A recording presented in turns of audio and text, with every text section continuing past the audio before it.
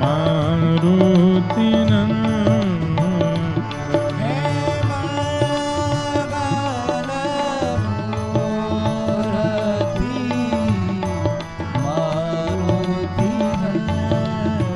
हे सीताराम हनुमान सीताराम हनुमान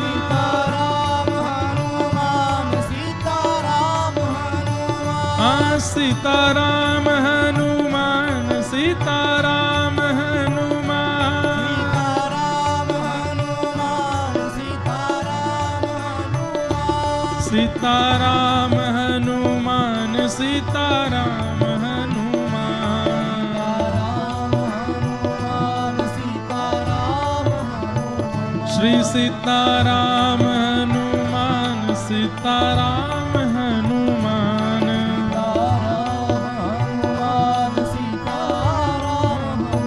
हे सीताराम हनुमान सीताराम हनुमान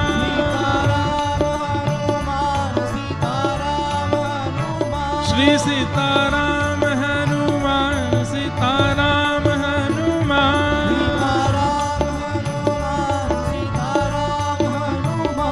सीताराम हनुमान सीताराम हनुमान सीताराम हनुमान सीताराम हनुमान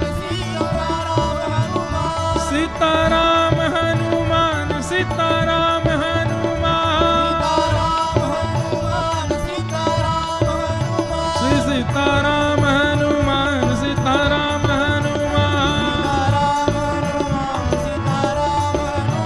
सीताराम हनुमान सीताराम हनुमान सीताराम हनुमान सीताराम हनुमान जय जय श्री सीताराम जय जय श्री राधे नमः पार्वती पतये हर हर महादेव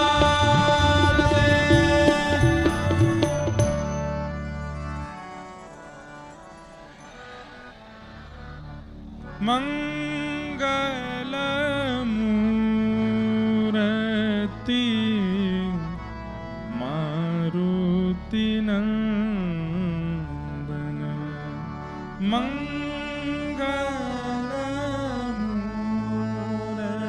मंगलमूर्ति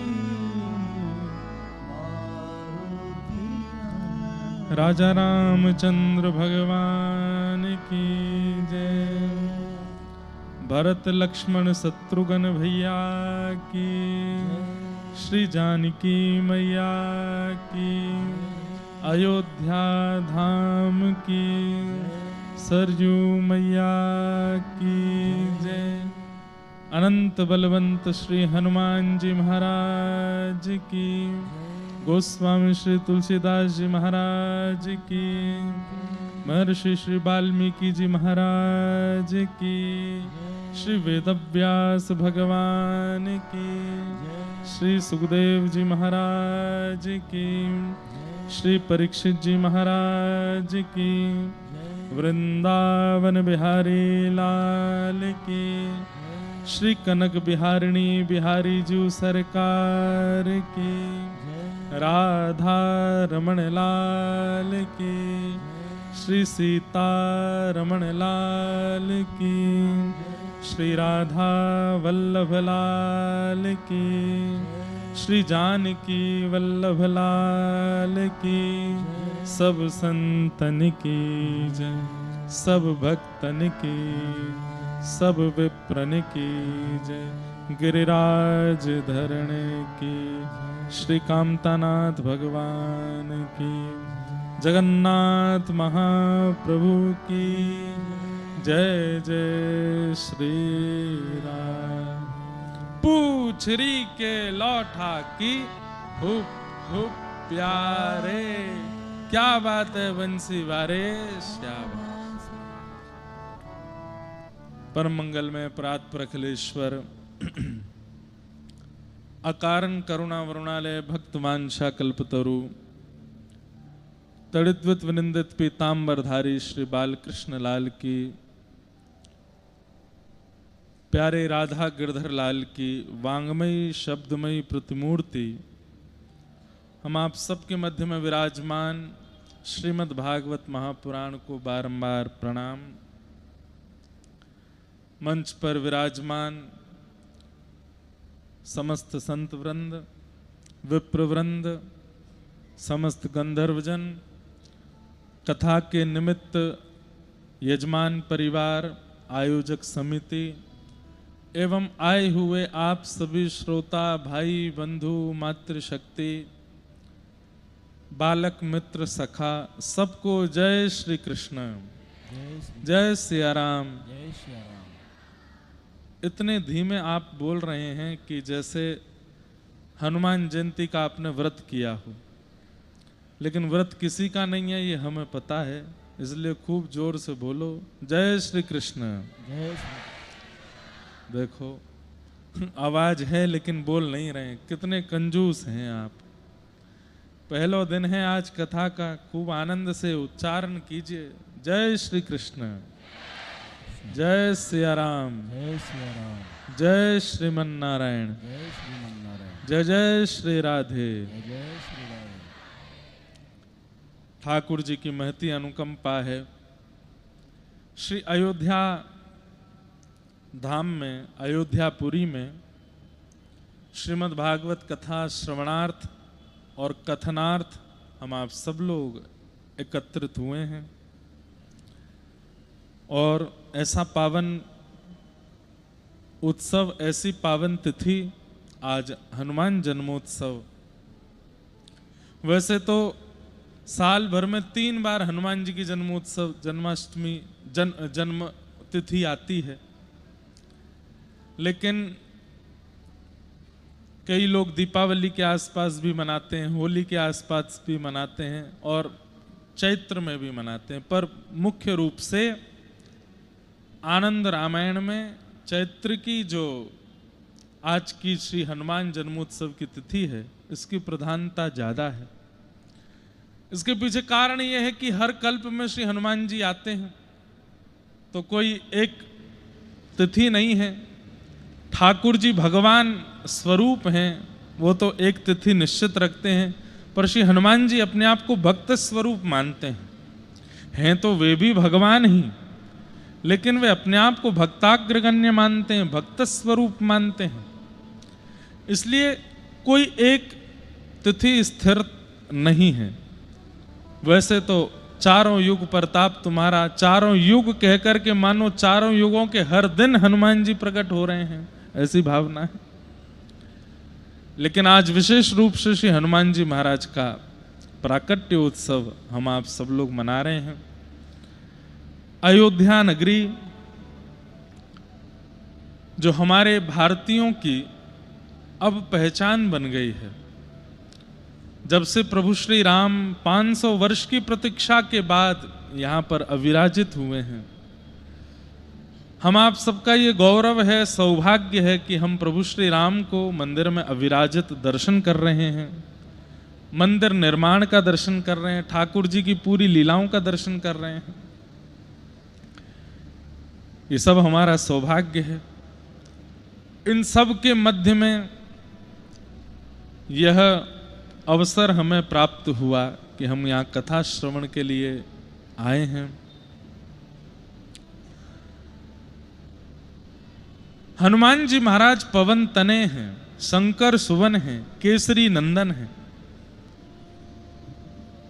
3 पिता के स्वरूप हैं। पवन तने, पवन के पुत्र हैं। शंकर सुवन, कई जगह शंकर स्वयं, पर शंकर सुवन या सुवन यानी कि पुत्र। और केसरी नंदन मतलब केसरी के तो पुत्र हैं ही। यहां पर भी एक बड़ी विचित्र हमारे शास्त्रों की कथा आचार्य जन सुनाते हैं। श्री हनुमान जी महाराज तीनों के पुत्र हैं। कैसे? एक कुंजस्थला नाम की देवी थी।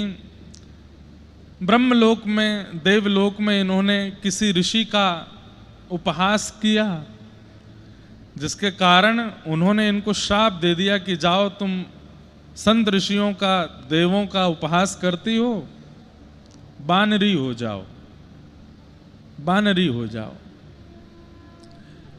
एक बात बंधुओं बड़ी समझने की है, कई बार ये जो 84 लाख योनियां हैं ना, इन योनियों में किसी कारण से ही व्यक्ति को जाना पड़ता है। कोई व्यक्ति यदि भयंकर धन के और पृथ्वी के लोभ में रहता है और लोभ में ही प्राण त्याग देता है, अगले जन्म में उसको सर्प ही बनना पड़ता है। उस सर्प बन करके आता है, पूरी पृथ्वी उसी की हो जाती है। ठाकुर जी कहते हैं कुंडली मारे बैठे रहो, तुमने पूरे मानव देह में कुछ किया नहीं, केवल यही किया ये जमीन मेरी हो जाए, ये धन मेरा है, ये संपत्ति मेरी है, मुझसे दूर ना चली जाए। इसी लोभ के कारण अगले जन्म में सर्प बनना पड़ता है, और सर्प बनने के कारण बैठे रहो। कभी कभी सुनते हैं बहुत बड़ा तहखाना है लेकिन कोई खोल नहीं सकता, क्यों? बड़े बड़े सर्प हैं अंदर। सर्प करते क्या है? पूरे दिन केवल स्वामी बने बैठे रहते हैं कि ये संपत्ति हमारी है, कुछ कर नहीं पाते उसका। एक दूसरे की निंदा चुगली करते रहते हैं, खुदाई करते रहते हैं, इसने ऐसा कैसे कर दिया, ये कैसे हुआ, वो कैसे हुआ। चूहा बन जाते हैं अगले जन्म में, इसी प्रकार की स्थिति में जब प्राण त्यागते हैं। भयंकर परिवार के प्रति, संतान के प्रति अत्यंत मोह होता है, तो अगले जन्म में सूकर कुकर बनना पड़ता है। उनका भी मोह ऐसा ही होता है अपने संतान के प्रति। तो हमें ऐसा लगता है कि 84 लाख योनियां जो हैं ये निर्मित तो हुई, पर इन सब में जाने का कारण हमारा इस जन्म का मानव देह में किया गया कोई भी दुष्कर्म होता है। उसी में पता चला कि बानर कब बनना पड़ता है, जब संतों का, भक्तों का, वैष्णवों का जब आप उपहास करते हो, अपमान करते हो, तो अगले जन्म में बानर बनना पड़ता है। इसलिए कभी संत, वैष्णव, भक्त इनका उपहास नहीं करना। श्री भक्तमाल जी में नाभाजी कहते हैं कि कोई स्वरूप से संत है, भले ही वो अंदर से संत नहीं है, फिर भी उसका सम्मान करो। स्वरूप से तो संत है ना, उसका अपमान मत करो। अब भाई कोई वर्दी पहन करके आया है, भले ही भीतर देशभक्ति नहीं है, लेकिन वर्दी है तो पुलिस वाला ही ना, आप खड़े तो हो जाओगे उसको देख के। ठीक वैसे ही कोई स्वरूप से ही संत है, मन से नहीं है, विचार से नहीं है, बुद्धि से नहीं है, तो तब भी उसका सम्मान करो। तो कुंजस्थला नाम की जो देवी थी, इनको श्राप लगा और यही अंजनी मैया बनकर के पृथ्वी पर आई। लेकिन श्री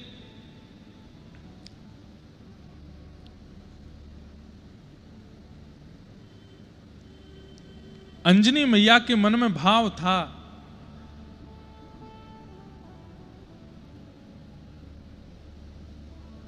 जननी जने तो भक्त जन के दाता के सूर, नहीं तो जननी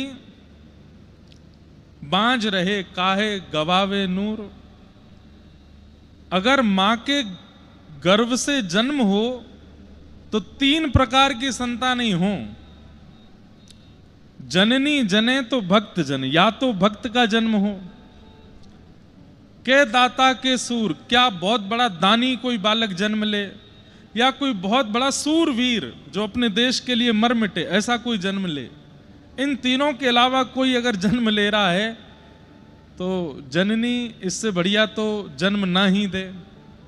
काहे गवावे नूर, केवल खाने पीने, सोने, उठने और आनंद करने के लिए संतान का जन्म किस लिए हो।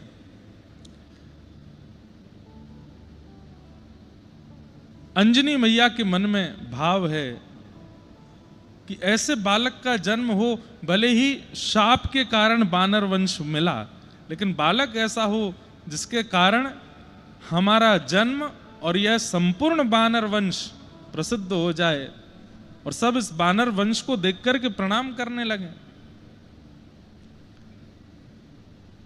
यहां महादेव के मन में इच्छा है कि मेरा ही भक्त है रावण, परंतु इस रावण ने ब्राह्मणों का, गौओं का, संतों का इतना अपमान किया है,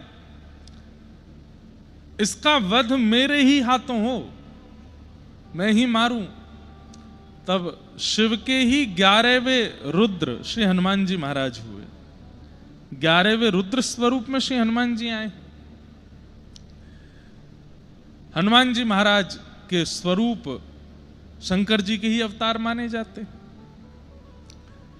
यहां अंजनी मैया प्रार्थना कर रही हैं शिव जी से कि ऐसी कोई संतान हो। तभी आप बैठी थी एक पर्वत के ऊपर ध्यान लगा करके। यहां केसरी महाराज जो हैं हनुमान जी के पिताजी, इनको भी एक शाप लगा है क्या कि इनके कभी संतान नहीं होगी। अब अंजनी मैया की इच्छा पूरी कैसे हो? बहुत ध्यान से सुनिएगा, बड़ी सुंदर कथा है। केसरी महाराज के यहां संतान नहीं हो सकती, अंजनी मैया की संतान की इच्छा है। जन्म के बाद विवाह के उपरांत अंजनी मैया अभी तक ब्रह्मचारिणी ही हैं। एक पर्वत पर बैठ करके केवल तप कर रही हैं। महादेव की इच्छा है कि मुझे ही जाना है 11वें रुद्र के रूप में, रावण का वध मैं ही करवाऊंगा राम जी से जाकर के। लेकिन शिव प्रकट हो, उसके लिए स्थान भी तो, मां भी तो ऐसी चाहिए। तभी संतों ने, ऋषियों ने, देवताओं ने कहा, बोले अंजनी मैया हैं, इनके गर्भ से आपका अंश यदि प्रकट हो जाए तो वो रावण वध कर सकता है। किनका आश्रय लिया जाए? तब देवताओं में अति बलवान श्री पवन देव, वायुदेव, उन्होंने कहा हम करेंगे। कैसे करेंगे? तो प्रभु श्री कृष्ण, प्रभु नारायण जब मोहिनी रूप धारण किए, इतने सुंदर बन गए, इतने सुंदर बन गए, सब देख करके मोहित हो गए। उस मोहिनी रूप को देख करके महादेव के नेत्रों से ऐसे प्रेमाश्रु प्रकट हुए, उन प्रेमाश्रुओं ने ही पृथ्वी पर आकर के अनेक अनेक रत्नों का रूप धारण कर लिया, स्वर्ण का, चांदी का रूप धारण कर लिया। उन्हीं प्रेमाश्रुओं को कई संतों ने, कई ऋषियों ने अपने पास में अभिषिंचित कर लिया। तभी पवन देव ने देखा कि महादेव के नेत्रों से प्रेमाश्रु प्रकट हो रहे हैं। पवन देव उसी प्रेमाश्रु को लेकर के गए हैं और पर्वत के ऊपर बैठी हुई अंजनी मैया के पास पहुंचे। ध्यानस्थ बैठी हैं। तभी उनको ऐसा अनुभव हुआ जैसे मानो किसी ने उनके अंग का स्पर्श किया हो। तुरंत अंजनी मैया के नेत्र खुल गए। कौन है? कौन मेरा स्पर्श कर रहा है? मैं ब्रह्मचारिणी हूं, किसकी इतनी हिम्मत हुई जो मेरा स्पर्श करे? तुरंत पवन देव बोले, मैया मैं हूं, आप बिल्कुल चिंतित मत होइए। आपने मेरा स्पर्श कैसे किया? मैं पवित्र नारी हूं, आपने मेरा स्पर्श किया कैसे? पवन देव बोले, मैया मैं पवन देव हूं, चींटी से लेके हाथी तक सबके स्पर्श करने का अधिकार है मेरा। मैं सबको स्पर्श कर सकता हूं, मुझसे ज्यादा पवित्र कोई है नहीं। इसलिए आप बिल्कुल चिंतित मत होइए कि मेरे स्पर्श से कहीं कोई अपवित्र भाव ना आया हो। मेरा अधिकार है आपको स्पर्श करने का। क्यों आए हैं आप? बोले कि मां आपके चित्त में जो इच्छा है उसकी पूर्ति के लिए आया हूं। आप बिल्कुल सावधानी से बैठे रहिए, मैं आपके कर्ण रंध्र से कुछ भाव आपके चित्त में अभिषिंचित करूंगा, जिससे एक ऐसा बालक आपके कुल में प्रकट होगा जो प्रभु की सेवा, प्रभु की सहायता करे, जो आपकी इच्छा, जो आपकी भावना, उन सब की पूर्ति करे। और अंजनी मैया ध्यानस्थ बैठी हैं और तभी कर्ण रंध्र से वह प्रेमाश्रु महादेव का गर्भ में विराजमान हुआ और अंजनी मैया के गर्भ से प्रभु श्री हनुमान का अवतरण हुआ। अब देखो कितनी कथाएं हैं। एक कथा यह भी है, अब इस कथा से शंकर सुवन भी हो गए, पवन तने भी हो गए। पवन के द्वारा प्रयास करने पर प्रकट हो रहे हैं, शंकर जी के प्रेमाश्रु से हो रहे हैं, तो दोनों भाव हो गए। और वो प्रसिद्ध कथा सबने सुनी है कि कैकेयी जी का जो खीरांग था उसको एक चील लेकर के उड़ी और जाकर के वहां अंजनी मैया की गोद में छोड़ दिया। उसको पाकर के श्री हनुमान जी महाराज का प्रादुर्भाव हुआ। तो उस भाव से वो केसरी नंदन भी हैं। केसरी नंदन इसलिए भी हैं क्योंकि अंजनी जी के, हनुमान जी के पिता तो केसरी भगवान ही हैं। तो केसरी नंदन भी हैं, शंकर सुवन भी हैं, पवन तनय भी हैं, तीनों के पुत्र हैं श्री हनुमान जी महाराज। ऐसे श्री हनुमान जी का फिर प्रादुर्भाव हुआ। और देखो एक बात, अभी मैं आ रहा था तो मन में बहुत सारे भाव चलते आ रहे थे, सोचता आ रहा था हनुमान जी महाराज कैसे भक्त हैं। हनुमान जी के प्राकट्य की कथा तब तक पूरी नहीं होगी जब तक आप राम जी के प्राकट्य की कथा नहीं सुनोगे। मतलब किसी भी स्थान पर, किसी भी परिस्थिति में हनुमान जी अपने आप को आगे नहीं रखते, सब जगह मेरे राघव जी आगे हैं। आज हनुमत जन्मोत्सव की कथा जहां कहीं भी कही जा रही होगी विस्तार से, उसमें सबसे पहले यही कहा जा रहा होगा, एक बार भूपत मन माही, भई ग्लानि मोरे सुत नाहि। यहीं से ही प्रारंभ हो रहा होगा। और उसके बाद वशिष्ठ ऋषि आए, गुरुदेव आए, गुरुदेव ने आकर के यज्ञ किया, यज्ञ के चरु हुए, एक चरु लेकर के पक्षी चला गया, अंजनी मैया की गोद में गया, वहां राम भरत लक्ष्मण शत्रुघ्न प्रकट हुए, यहां अंजनी मैया के गर्भ से श्री हनुमान जी महाराज। गोस्वामी तुलसीदास जी महाराज हनुमान चालीसा में कहते हैं,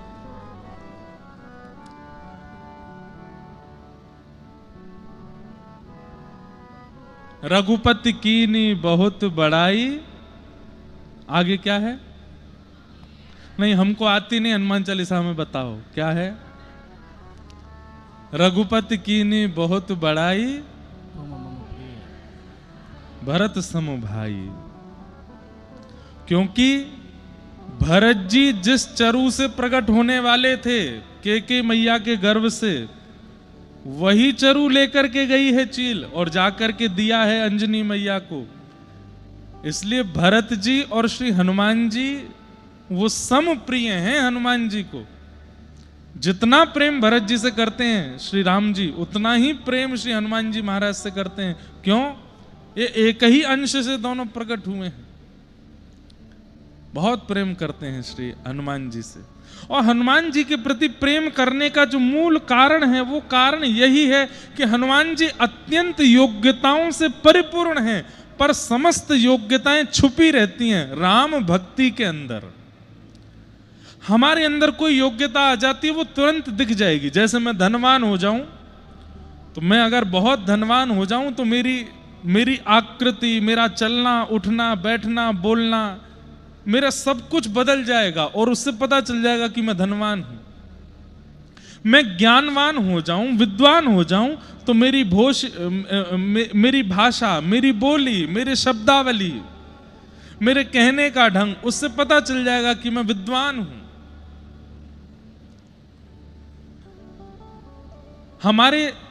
हमारे शरीर की गतिविधियां हमारी योग्यता का परिचय दे देती है। पर हनुमान जी को देख करके कोई नहीं कह सकता कि इनमें अत्यंत योग्यताएं हैं। क्यों? सब भक्ति के आड़ में छुपी रहती हैं, भक्ति के अंदर दबी रहती हैं। इसलिए हनुमान जी राघव जी को अति प्रिय हैं।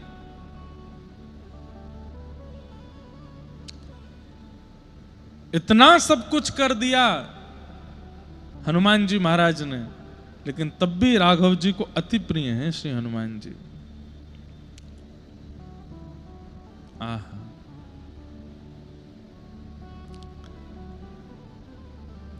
सीता सुध लेकर के आए, लंका जाकर के पूरी लंका जला के आ गए। सबने प्रशंसा की हनुमान जी महाराज की, वाह हनुमान जी आपने जो किया कोई नहीं कर सकता, हनुमान जी आप जैसा कोई नहीं है। हनुमान जी ने अंत में एक ही उत्तर दिया, बोले तब प्रताप रघुनाथ, ये मेरी सामर्थ्य नहीं है, ये मेरे राम जी का प्रताप है, जिनकी कृपा से मैंने ये सब किया। हम आप सब कैसे हैं, हम में और आप में कैसा स्वरूप है कि हम जो भी कुछ करते हैं सब में अपनी योग्यता का भाव रखते हैं।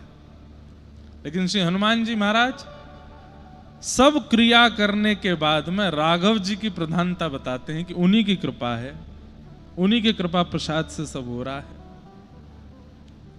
और यही विशेषता है उनके।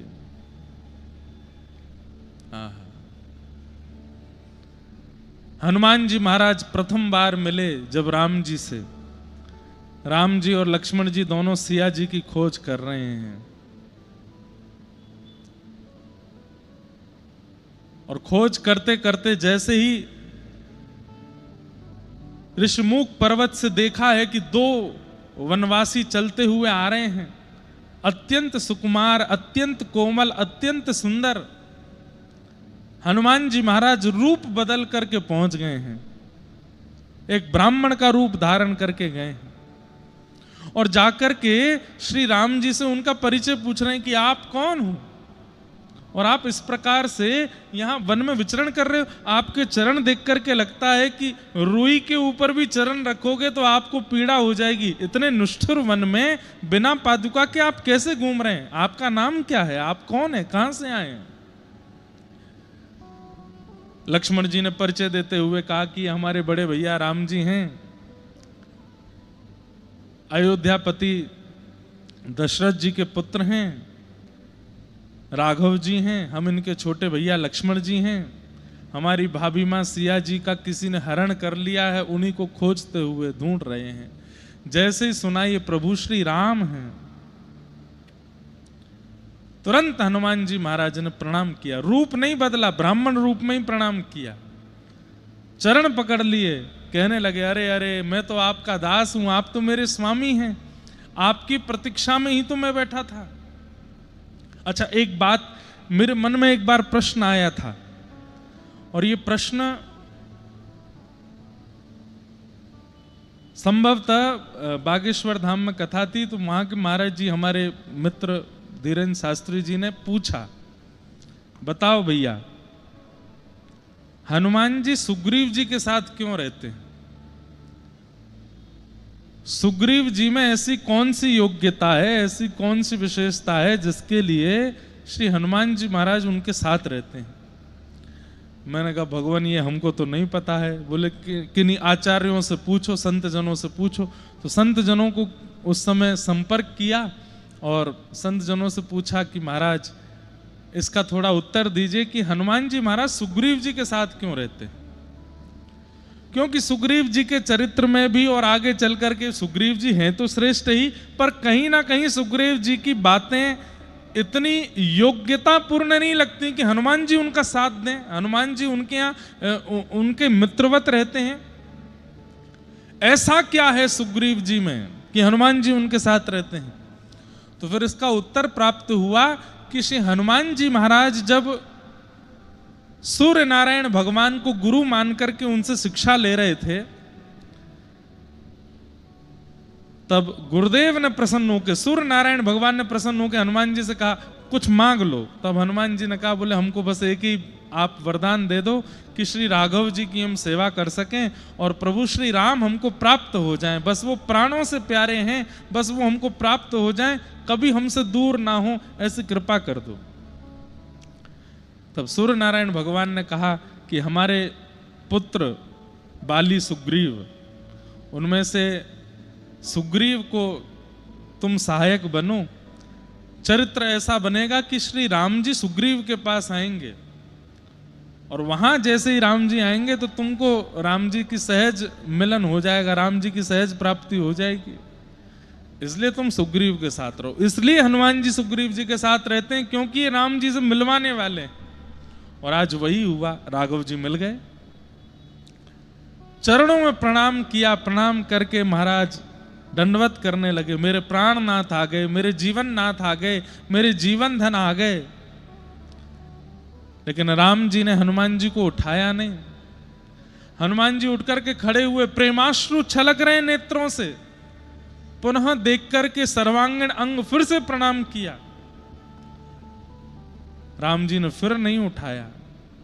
हनुमान जी के मन में संशय होने लगा कि मेरे राघव जी का ऐसा स्वरूप नहीं है, चरण में प्रणाम करने वाले को तुरंत उठाते हैं, मैं 2 बार से प्रणाम कर रहा हूं, ये उठा क्यों नहीं रहे? तब हनुमान जी को याद आया, बोले ओहो, इनका परिचय मैंने पूछ लिया, अपना परिचय तो दिया नहीं, और परिचय नहीं दिया वो बात अलग है, अभी तक मैंने स्वरूप नहीं बदला, कपट स्वरूप में हूं, ये मेरा स्वरूप नहीं है, इसलिए राम जी नहीं उठा रहे हैं। तुरंत जैसे ही अनंत बलवंत हनुमान जी महाराज अपने स्वरूप में आए, और स्वरूप में आके जैसे ही प्रणाम कर ही नहीं पाए, आधे में ही राम जी ने पकड़ लिया और लेकर के हृदय से लगाया। हनुमान जी महाराज ने शिक्षा दे दी हम सबको, जैसे हो वैसे ही प्रणाम करियो, तभी राम जी देखेंगे। कहीं रूप बदल करके, भाव बदल करके, अपने स्वरूप की स्थिति बदल करके राघव जी के चरणों में प्रणाम किया तो वो स्वीकार नहीं करेंगे। हम भागवत की कथा में भी यही बात बताते हैं कि पूतना को ठाकुर जी ने क्यों नहीं देखा, रूप बदल करके आई है। यहां हनुमान जी महाराज प्रणाम कर रहे हैं, जो अत्यंत प्रिय हैं राघव जी को, उनको भी नहीं उठा रहे हैं। क्यों? रूप बदल करके आए। रूप मत बदलो, जैसे हो वैसे रहो। उस स्थिति, उस अवस्था में ठाकुर जी के सन्मुख जाओ। हनुमान जी महाराज ने प्रणाम किया, और प्रणाम करके श्री राघव जी ने उनको स्वीकार किया।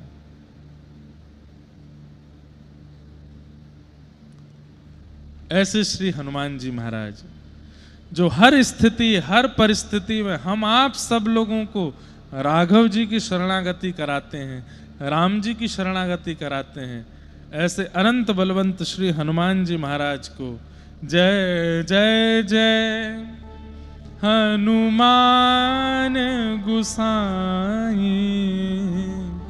जय जय जय हनुमान गुसाई, जय जय जय हनुमान गुसाई,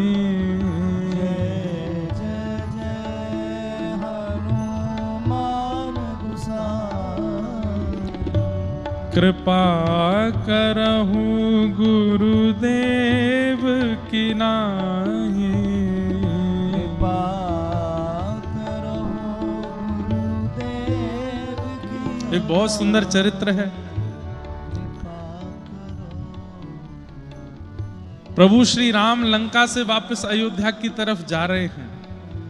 रावण वध करने के बाद विमान में अविराजित होकर के श्री लक्ष्मण जी, सिया जी और सब मुख्य जनों को विमान में लेकर के हनुमान जी महाराज के साथ जा रहे हैं वापस अयोध्या की ओर। और श्री हनुमान जी महाराज जानकी जी के चरणों में बैठे हैं।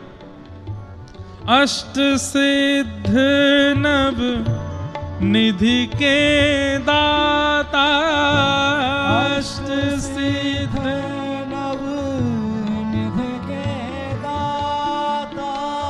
असवर दीन जानकी माता, असवर दीन जानकी माता। श्री जानकी जी ने हनुमान जी महाराज को सब वर दे रखे हैं।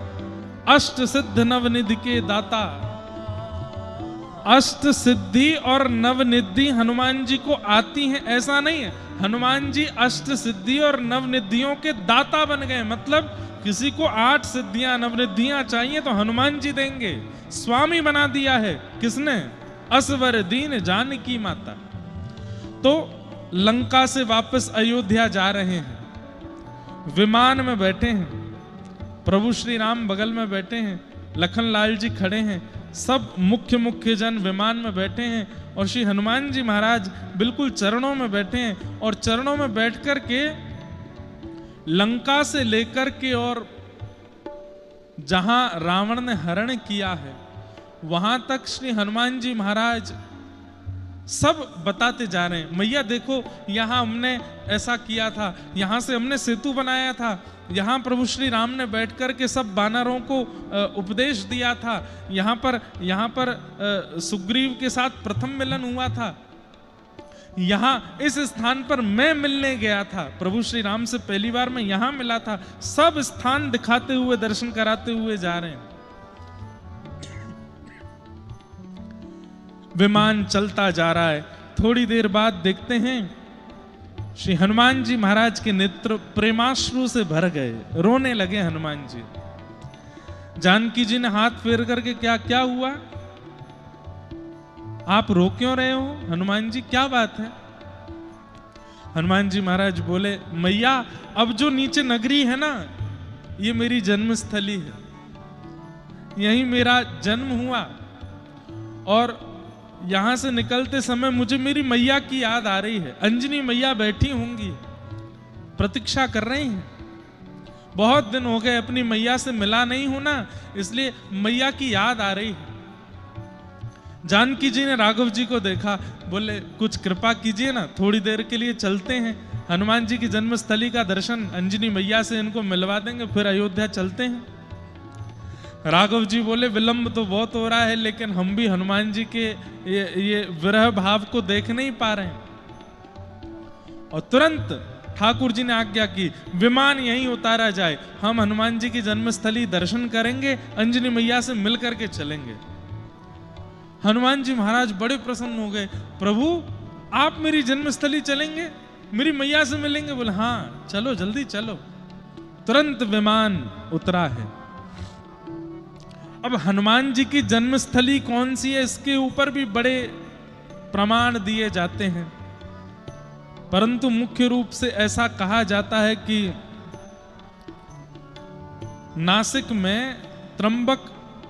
नासिक से त्र्यंबकेश्वर जाते हैं, वहां मार्ग में श्री हनुमान जी महाराज का जन्म स्थान मिलता है, ऐसा भाव रखते हैं। आहा, हनुमान जी आ गए। हमारे श्री हनुमानगढ़ी के पूज्य महंत जी श्री बजरंग दास जी महाराज हम सबके मध्य पधारे हैं। बोलो अनंत बलवंत श्री हनुमान जी महाराज की। हमारे परम पूजनीय श्री राजू दास जी महाराज, जिनके पावन सानिध्य में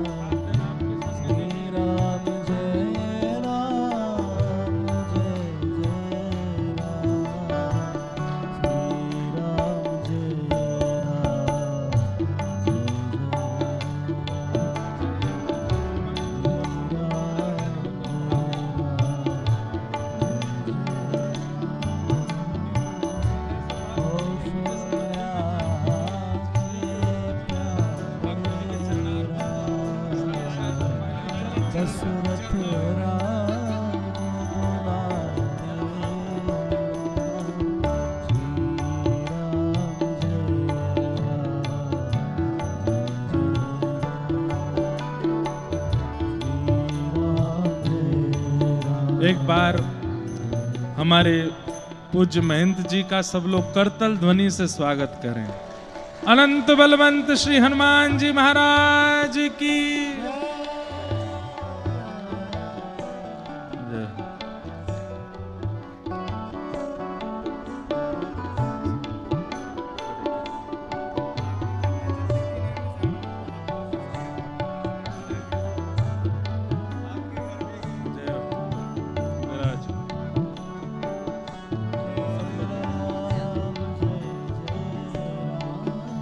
बस भैया चलो।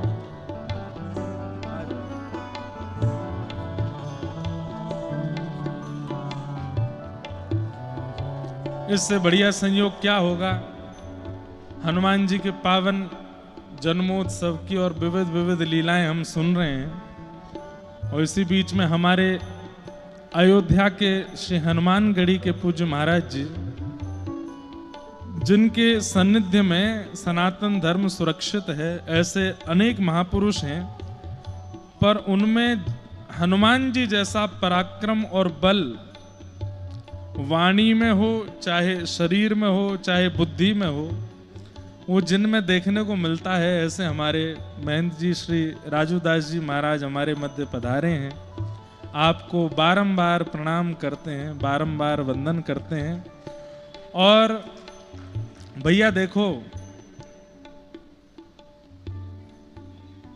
घर के किसी व्यक्ति के जन्मोत्सव पर घर के मुखिया को तो विशेष बधाई देनी चाहिए और मांगनी भी चाहिए।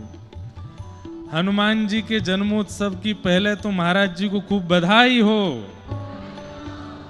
ऐसी रूखी सूखी बधाई बोली हो आप लोग तो नहीं, जोरते बोलो। हमारे व्रज में कथा होती तो ऐसी जोर की बधाई बोलते कि महाराज जी ऐसे बैठ जाते। इतनी जोर की बधाई, जोर से बोलो बधाई हो। अब बोलो बधाई दो। महाराज जी, आज श्री हनुमान जी को जन्मोत्सव है, अब बधाई चाहिए हम सबन को। और बधाई में केवल एक ही भाव चाहिए कि श्री राघव जी के चरणों में खूब स्नेह बढ़ जाए, ऐसी बधाई हम सबको आप प्रदान कर दो। और साल 2 साल में हमको जो बधाई चाहिए कि हम अयोध्या कथा करने आते रहे, ऐसी बधाई हमको दे दो। एक बार श्री हनुमान जी महाराज तो प्रभु चरित्र सुनवे के रसिया हैं। प्रभु चरित्र सुनवे को रसिया, प्रभु चरित्र सुनवे को रसिया। राम लखन सीता मन बसिया, राम लखन सीता बसिया। श्री राम जय राम, जय जय राम, श्री राम जय राम, जय जय राम। ओ श्री राम जय राम, जय जय राम, श्री राम जय राम। तो हम लोग प्रसंग सुन रहे थे, लंका विजय करके प्रभु श्री राम वापस अयोध्या जा रहे हैं। और तभी हनुमान जी महाराज नगरियों का दर्शन कराते हुए चले, अचानक से भावुक हो गए, रोने लगे। तो श्री जानकी जी ने पूछा कि हनुमंत लाल आप रो क्यों रहे हैं? बोले मैया ये मेरी जन्मभूमि है, जो नीचे अभी हम जिसके ऊपर से गुजर रहे हैं। मेरी मैया अंजनी मैया बैठी है, वर्षों से मैं मैया से मिला नहीं हूं, इसलिए भाव में भावुक हो गया हूं। तो श्री जानकी जी ने राघव जी को इशारा किया, बोले यहीं विमान उतारो, हनुमान जी की जन्मस्थली का दर्शन भी करेंगे और अंजनी मैया से इनको मिलवा देंगे। हम भी अंजनी मैया के हाथ का कुछ प्रसाद पाके फिर चलेंगे आगे। राम जी ने तुरंत विमान नीचे उतारा। हनुमान जी तो नाचने लगे, आप मेरी जन्मस्थली जाएंगे? तो हमने दर्शन किया, नासिक से त्र्यंबक जब जाते हैं, त्र्यंबकेश्वर, तो मध्य में एक स्थान पड़ता है। कई जगह ऐसी भावना कि वो भी हनुमान जी की जन्मस्थली है, और उस स्थान का दर्शन करके आपको लगेगा भी कि हनुमान जी की जन्मस्थली, क्योंकि वहां के पर्वतों की आकृति और वो स्थान का जो भाव है बिल्कुल वैसा ही है। विमान उतार करके जैसे ही प्रभु श्री राम, जानकी जी और सब विशिष्ट जन उतरे हैं विमान से, हनुमान जी महाराज तो नृत्य करते हुए राघव जी को लेकर के चल रहे हैं। ठाकुर जी यहां से बाएं है जाओ, यहां से दाएं है जाओ, बस आगे ही है, पर्वत पर मैया बैठी हैं, अंजनी मैया ध्यानस्थ बैठी हैं। दूर से जैसे ही देखा, आहा, नृत्य कर रहे हैं श्री हनुमान जी। तभी देखती हैं कि ये तो हनुमंत लला हैं, अंजनी मैया तो बड़ी प्रसन्न हो गई, दौड़ने लगी, अरे मेरो लाला आ गए हो, मेरो हनुमान आ गए हो। लेकिन तभी देखती है ये पीछे कौन आ रहे हैं, ये श्याम वर्ण, गौर वर्ण और बिल्कुल कंचन जैसा वर्ण, ये कौन है। और थोड़ी समीपता से देखा तो क्या पाया कि प्रभु श्री राम, लक्ष्मण जी और श्री जानकी जी, उनको लेकर के हनुमान जी नृत्य करते हुए आ रहे हैं।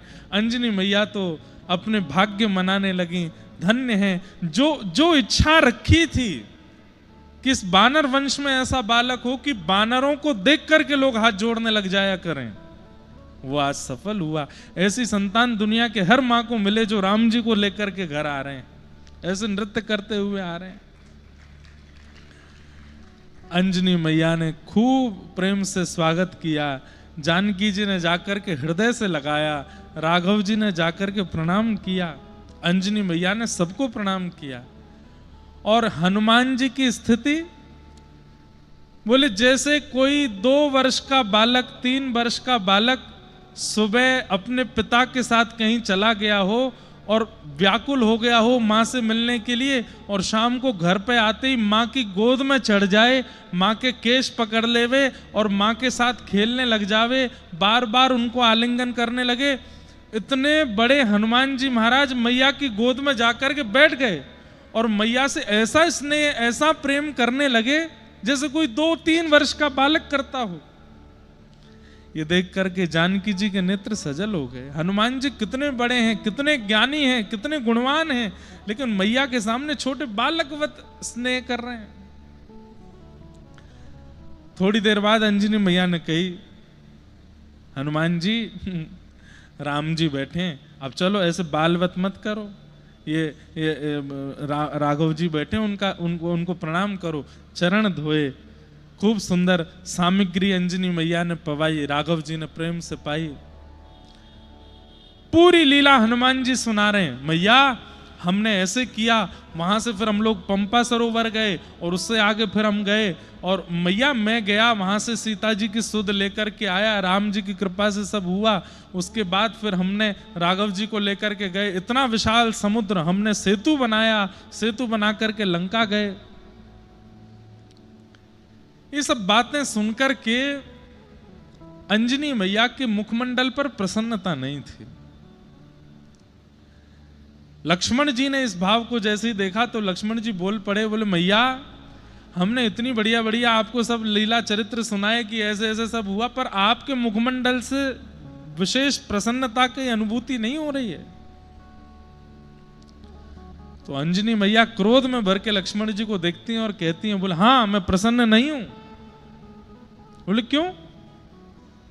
अरे अभी अभी हनुमान ने कहा कि सेतु बनाना पड़ा और इतना निर्माण करना पड़ा, राम राम अंकित करने पड़े, इतना परिश्रम करके राघव जी वहां गए, वहां जाकर के भी इतना परिश्रम करना पड़ा, अहि रावण आदि के साथ में युद्ध आदि सब करना, हनुमान के रहते हुए इतने सब की आवश्यकता नहीं थी। मैं इस बात से दुखी हूं। ये हनुमान है, ये एक बार लंका गया था, वहां जाकर के अपने पैर के अंगुष्ठ का भी यदि तीव्र प्रहार लंका पर कर देता तो संपूर्ण की संपूर्ण लंका नगरी रसातल में चली जाती। सीता जी को एक बार में ही लेकर के आ जाना था, राम जी को अपने स्वामी को इतना श्रम करवाया, इतना परिश्रम करवाया, सेतु बनवाया, ये सब सुनकर के मैं प्रसन्न नहीं हूं। अंजनी का पुत्र हनुमान इतना बलवान होते हुए भी इतना सब कुछ करना पड़ा।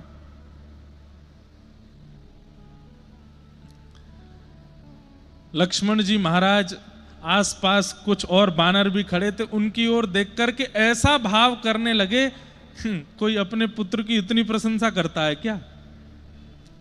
मैया तो मतलब ठीक है मानते हैं हम हनुमान जी बलवान हैं, पर यह क्या बात होती है कि अंगुष्ठ के प्रहार से लंका डूबा, ऐसे ही थोड़ी कोई लंका पहुंच जाते हैं।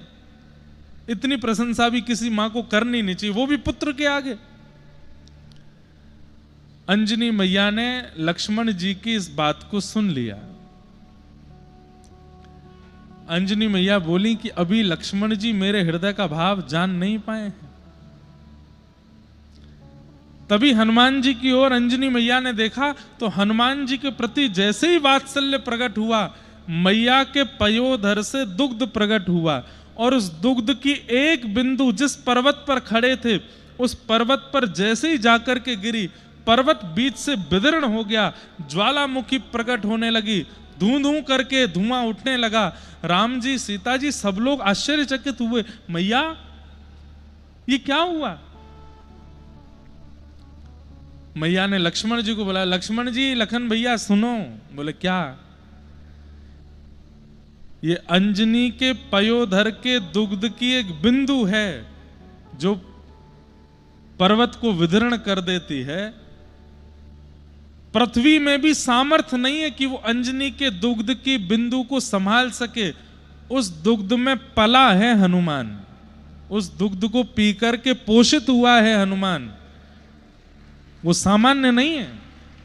और ये बात मैं जानती हूं, ये बात मैं मानती भी हूं। मैं हनुमान की बल की प्रशंसा नहीं कर रही हूं, बल्कि मैं ये कह रही हूं कि ऐसा होते हुए भी राम जी को इतना परिश्रम क्यों करना पड़ा? इसकी आवश्यकता नहीं थी। हनुमान चाहता तो अपने एक पैर के पाद प्रहार से पूरी लंका को रसातल में पहुंचा देता। ये मेरे दुग्ध की ताकत है हनुमान के अंदर। लेकिन फिर भी ये सब करना पड़ा, सेतु बनाना पड़ा, राघव जी को इतना श्रम करना पड़ा, इससे मैं दुखी हुई हूं। ये इसकी आवश्यकता नहीं थी। तब राघव जी ने अंजनी मैया को शांत किया, बोले मैया आप इतनी दुखी मत हो, हमारी आज्ञा नहीं थी। और श्री हनुमान जी महाराज हमारी आज्ञा के बिना कुछ करते नहीं है। हम में और हनुमान जी में अगर हम अपने आप को भक्त मानते हैं तो अंतर क्या है? हनुमान जी महाराज सर्वगुण संपन्न होते हुए भी अपने गुण का प्रदर्शन तब तक नहीं करते जब तक नाथ की आज्ञा नहीं होगी। और हम आप सब लोग गुण आते ही उसका इतना प्रदर्शन करने लगते हैं, जहां आवश्यकता नहीं होती वहां भी करने लगते हैं। वहां पर भी उसका प्रदर्शन, उसके प्रभाव का वर्णन करने लगते हैं। इसलिए राघव जी को हनुमान जी बहुत प्रिय, हम इतने प्रिय नहीं हैं। सर्वगुण संपन्न होते हुए भी। अब बताइए, इतने दिन लक्ष्मण जी साथ रहे, लेकिन लक्ष्मण जी को पता है कि हनुमान जी बलवान है, पर इतने बलवान है ये आज पता चला। क्यों? अपने बल को प्रकट नहीं होने दिया, अपने बल का प्रदर्शन नहीं किया, अपने ज्ञान का प्रदर्शन नहीं, अपने धन का प्रदर्शन नहीं, अपनी भक्ति का प्रदर्शन आज की तारीख में बहुत ज्यादा होने लगा है। और आज की तारीख में सबसे ज्यादा प्रदर्शन भक्ति का होने लगा है। पहले के लोग अपने घर के उत्सव का, पार्टी का, आदि आदि चीजों का प्रदर्शन करते थे। अब प्रदर्शन भक्ति का करते हैं। हम तिलक लगाते हैं, प्रदर्शन। हम अयोध्या जाते हैं, उसका भी प्रदर्शन। हम वृंदावन जाते हैं, उसका भी प्रदर्शन। और प्रदर्शन से क्या होता है? दर्शन में, साक्षात दर्शन में बाधा आ जाती है। भक्ति का प्रदर्शन नहीं, अपने भाव का प्रदर्शन नहीं। कई लोग मिलते हैं, महाराज जी बैठे, महाराज जी को भी मिलते होंगे, मिल करके सबसे पहले अपने गुण बताएंगे। महाराज जी हम सुबह 4 बजे उठ जाते हैं, रोज 4 बजे उठ करके 3 घंटा ठाकुर जी की पूजा करते हैं, चाहे आंधी आ जाए, तूफान आ जाए, ये हो जाए, वो हो जाए, पास के शंकर जी पर जल चढ़ाने जाते हैं। ये जैसे ही आप अपने गुण का प्रदर्शन करते हो ना, गुण उसी समय क्षीण हो जाता है। मत बताइए उसको। एक बड़ा स्वाभाविक बात है कि कोई व्यक्ति गुणवान होते हुए भी अपने गुण को छुपाता है। किसी अन्य के मार्फत पता चले कि उसमें ये गुण था तो सुनकर के कितना अच्छा लगता है। अरे वाह, उसने तो हमको पता भी नहीं चलने दिया कि वो इतना गुणवान था। नहीं तो लोग बाग अपने गुण का खुद ही प्रदर्शन कर देते हैं, खुद ही उसका प्रादुर्भाव प्राकट्य कर देते हैं। नहीं, मत करो। एक बात कहने में हो सकता है किसी को अटपटी लगे, लेकिन ये बात बिल्कुल सत्य है। इतनी भक्ति करो, इतना भाव रखो, इतना प्रेम चित्त में रखो कि आपको ना बताना पड़े आप कितनी भक्ति करते हो। किसी दिन ठाकुर जी प्रकट होकर के सबको बताओ, मैं ये इतना बड़ा भक्त है मेरा। सूरदास जी की भक्ति हो, गोस्वामी तुलसीदास जी की भक्ति हो, मीराबाई की भक्ति हो, उन्होंने नहीं गाया, ठाकुर जी ने आके बताया कि ये इतने बड़े भक्त हैं मेरे। ठाकुर जी ने आके प्रमाणित कर दिया कि इतने बड़े दास हैं मेरे, हमें ना बताना पड़े। तो ऐसे श्री हनुमान जी महाराज, सीखिए उनसे, गुप्त रहना सीखिए। आज उनके पावन प्राकट्य दिवस पर हनुमान जी से हम बस यही प्रार्थना करेंगे कि दासत्व बोध हमको हुआ नहीं है। प्रभु श्री राम के, श्री कृष्ण के दास हम कहते तो हैं खुद को, पर उनके लक्षण गुण क्या होने चाहिए ये हमें नहीं आता है। नाथ कृपा करके वह गुण हमको दीजिए जिससे हम उनके दास कहलाने लायक बने, जिससे हम उनके दास कहलावें। दासानुदासो भवतास्म भूय। हमारे पूज्य पिताजी महाराज की रचना है और बहुत पहले उन्होंने रचना की थी, मैं कभी कभी गाता हूं कथा में। आज हम हनुमान जी महाराज से बस यही प्रार्थना करें कि ये जो हम गा रहे हैं, ये गा तो रहे हैं परंतु ये लागू भी हो हमारे चित्त में। कि मुरली बजाने वाले, गिरिवर उठाने वाले, मैं दास हूँ तुम्हारा, मैं दास हूँ तुम्हारा। हे मुरली बजाने वाले, गिरिवर उठाने वाले, मैं दास हूँ तुम्हारा, मैं दास हूँ तुम्हारा।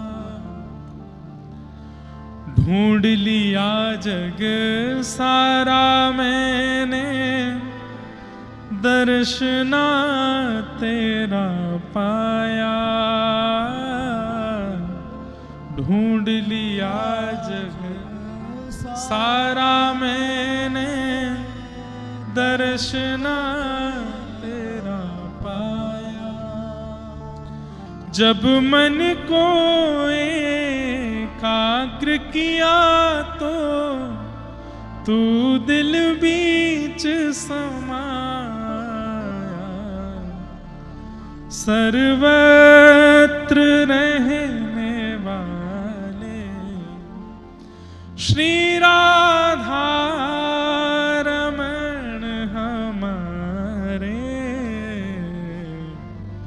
मैं दास हूँ तुम्हारा, मैं दास हूँ तुम्हारा। पतित अजामिल गणिका तारी, मुझको क्यों बिसराया। पतित अजामिल गणिका तारी, मुझको क्यों बिसराया। आपने इतनों पर कृपा की है नाथ, अजामिल जैसे महापापी पर कृपा की, जो संतों को ही इतना कष्ट देता है, ऐसे अजामिल पर आपने कृपा की। उस गणिका को आपने तार दिया जो केवल अपने देह सुख देने के लिए ही अपना जीवन यापन कर रही थी। हे नाथ, मैं भी पतित हूं, मुझ पर कृपा कब करोगे। पतित अजामिल गणिका तारी, मुझको क्यों बिसराया। पतित अजामिल गणिका तारी, मुझको क्यों बिसराया। कृष्ण चंद्र सुन बिनती हमारी मैं द्वार तुम्हारे आया, हृदय में रहने वाले श्री राधा रमण हमारे, मैं दास हूँ तुम्हारा, मैं दास हूँ तुम्हारा, मैं दास हूँ तुम्हारा, मैं दास। अच्छा, एक बात और, ये दास शब्द बोलना बहुत आसान है पर बनना उतना ही कठिन है। सिर बल जाऊं उचित यस मोरा, सिर बल जाऊं उचित यस मोरा, सब ते सेवक धर्म कठोरा, सब ते सेवक धर्म कठोरा। भरत जी महाराज कहते हैं कि ये दास बोलना, अपने आप को सेवक बोलना, अपने आप को भक्त बोलना जितना आसान है, इसको निभाना उतना ही कठिन है। बहुत कठिन है सेवक धर्म, दासत्व बहुत कठिन है। दास का मतलब क्या होता है? दासत्व का मतलब क्या? जहां अपने आप को मार दिया जाए, अपनी इच्छा, अपना व्यवहार, अपना स्वभाव, अपना सर्वस्व केवल एक स्वामी के लिए समर्पित हो जाए, अपने लिए कुछ नहीं है, तब दास बनते हैं हम। जहां तनिक सी भी अपनी इच्छा है, वो दासत्व नहीं हो सकता। जहां पर हमारा सोना, हंसना, बैठना, उठना, गाना सब स्वामी के लिए है, तब दासत्व होता है। हनुमान जी महाराज हंसते भी राम जी के लिए हैं, हनुमान जी महाराज सोते भी राम जी की आज्ञा से हैं, हनुमान जी महाराज चलते भी राघव जी की आज्ञा से, हनुमान जी महाराज पाते भी, अपनी कोई इच्छा नहीं है। और ऐसा होना इस कलिकाल में बहुत मुश्किल है, पर यदि कोई हो जाए तो हनुमान जी महाराज सहायक बन जाएंगे उसको राम जी से मिलाने के। जो स्व का त्याग कर दे, अपनी स्थिति का त्याग कर दे, अपने स्वामी के लिए जीने लगे, वो दास कहलाता है, वो दास कहलाता है। ऐसे श्री हनुमान जी महाराज को हम बारंबार प्रणाम करते हैं और बस उनसे प्रार्थना करते हैं कि नाथ आप कृपा करो, हमारे अंदर दासत्व आ जाए। हम रोज, अभी ऐसा कोई भावना नहीं थी पर आज मन में सोचे हैं, आज श्री हनुमान जी महाराज पर थोड़ा प्रकाश, उनके भाव पर, रोज अयोध्या के एक भक्त के ऊपर कुछ कहेंगे। आज हनुमान जी, कल लक्ष्मण जी, परसों भरत जी, और फिर भागवत और राम कथा दोनों मिश्रित ही करनी है। यहाँ तो हमारे भागवत में भी कृष्ण जन्मोत्सव बाद में सुनाया गया, पहले राम कथा सुनाई गई। तब श्री शुकाचार्य जी परीक्षित जी से कहते हैं, जब तक राम कथा में प्रवेश नहीं करोगे, राम जी की मर्यादा जीवन में नहीं लाओगे, कृष्ण लीला समझ में नहीं आएगी। जैसे राम जी की लीला में प्रवेश करने के लिए पहले महादेव का चरित्र सुनाया जाता है, ऐसे ही कृष्ण कथा से पहले राम चरित्र सुनाया जाता है। तो और एक बात बोल दूं कि मैं वक्ता तो कृष्ण कथा का हूं, लेकिन